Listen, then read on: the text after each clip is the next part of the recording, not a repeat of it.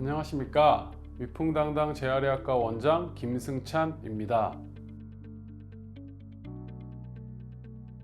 오십견은 만성 어깨 질환의 통증과 운동 재앙을 일으키는 가장 흔한 질환 중 하나입니다. 흔히 50세 이후에 특별한 원인 없이 심한 통증과 더불어 전 방향의 능동적, 수동적 관절 운동 범위에 제한을 보이는 것이 특징이어서 오십견 또는 동결견이라고 불리며 염증 발현 정도에 따라 유착성 관절낭염이라고 불립니다.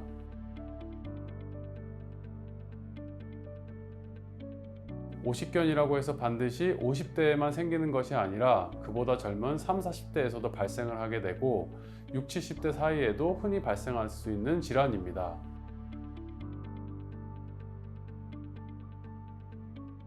오십견의 원인에는 크게 1차성과 2차성으로 나뉘게 됩니다.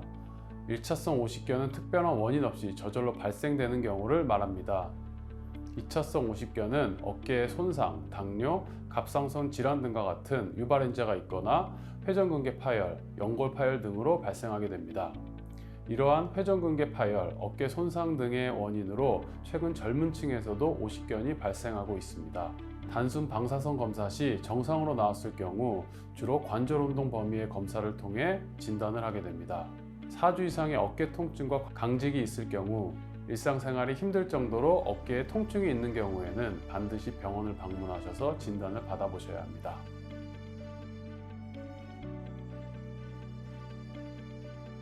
오십견의 치료에는 크게 비수술적 치료 방법과 수술적 치료 방법이 있는데 오십견의 치료 원칙의 기본은 비수술적 치료입니다. 비수술적 치료의 중심은 수동적 신장 운동과 주사 치료이며 온열 치료와 진통소염제가 보조적으로 이용됩니다. 이에 반응을 보이지 않는 경우 수압을 이용한 관절낭 팽창이나 전문 물리치료사의 도수 조작 등을 고려할 수 있습니다. 수동적 신장 운동은 부드럽고 천천히 약간 뻐근할 정도로 규칙적으로 해주어야 효과를 볼 수 있습니다. 둘째로 6개월 정도의 충분한 보존적 치료에도 불구하고 심한 구축을 보이면 수술적 치료를 진행하는데 관절경을 이용한 관절낭 유리를 통해 운동 범위를 개선해 줍니다. 하지만 수술적 치료까지 가는 경우는 거의 없습니다. 비수술적 치료를 꾸준히 잘 받으시면 만족스러운 관절 운동 범위를 회복하실 수 있습니다.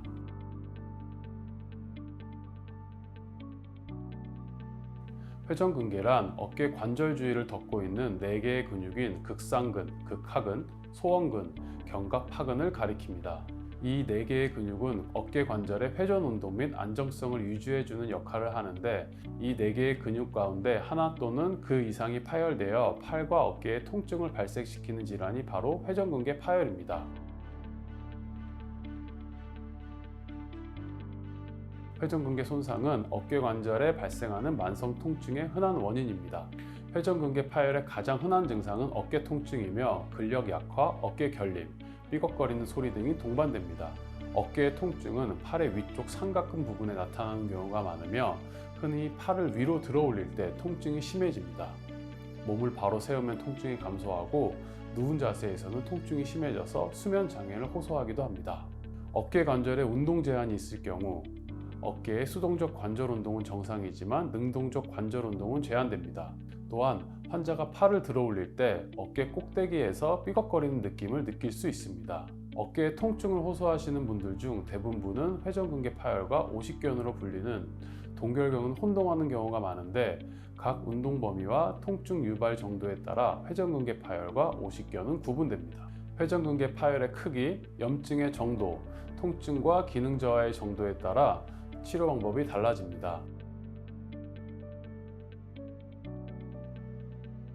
초기의 경우 주사요법과 운동요법, 그리고 약물요법 등으로 증상 완화가 가능합니다. 부분 파열이 발견되었을 때에는 파열 부분을 재생, 강화시켜주는 재생주사 치료를 하게 됩니다. 파열 정도에 따라 치료기간이 달라지게 됩니다. 이와 함께 도수치료와 물리치료, 그리고 재활 운동을 병행하면 치료 효과를 높일 수 있습니다. 하지만 회전근개 대부분이 파열되어 증상이 심화된 상황이라면 수술적 치료가 필요한 경우가 있습니다.